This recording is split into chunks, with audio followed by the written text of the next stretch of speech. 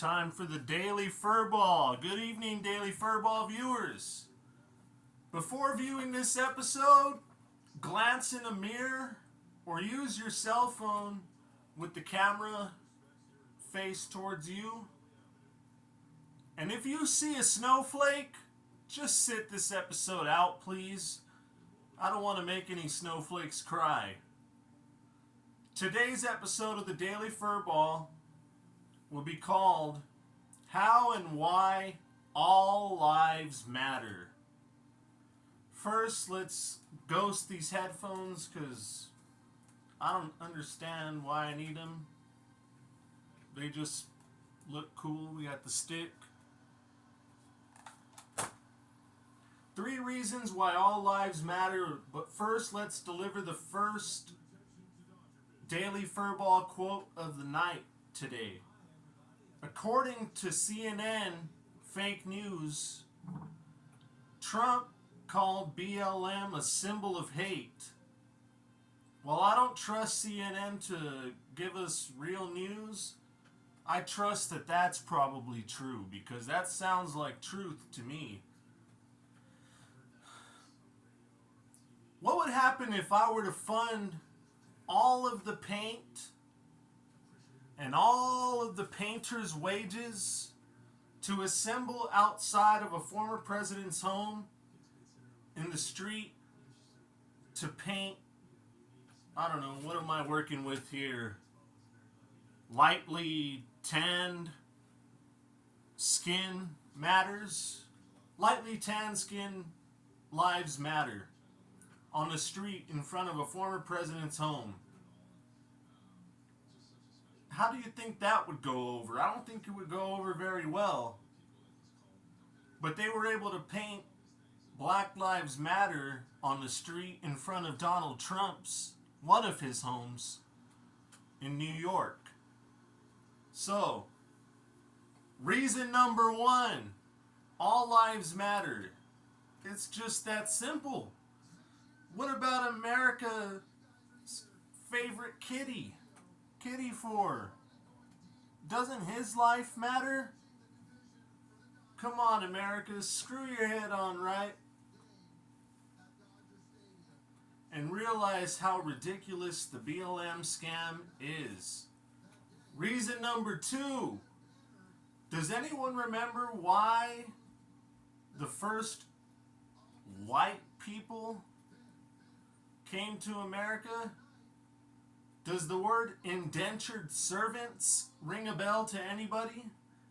They were white and they were in debt to the crown, so they came here to work and were basically only provided with food and the means to provide themselves with shelter. No profit. They were slaves and they were white. And they finally got fed up with Great Britain treating them like slaves. So George Washington led them to whip their behinds in the Revolutionary War. Only for us, as the noble Americans that we will always be, to save Great Britain later on from the little racist, tiny mustache-having man from Germany from destroying them in World War II. Reason number 3. Do you live in a mansion? The Black Lives Matter founders live in mansions. I happen to reside in an impoverished, lower class area. And come on, let's just be real. I live in the hood. Why anyone would contribute to an organization, contribute money to this scam organization, it just blows my mind. So now, it's time for the Daily Furball Countdown to Election Day. Meow.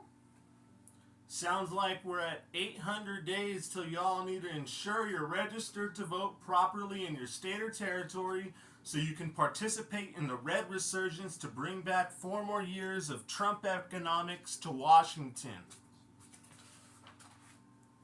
Now, let's deliver the art of the day, because as promised, art of the day will always be part of the day here at the Daily Furball. Today, we've got this piece for you guys.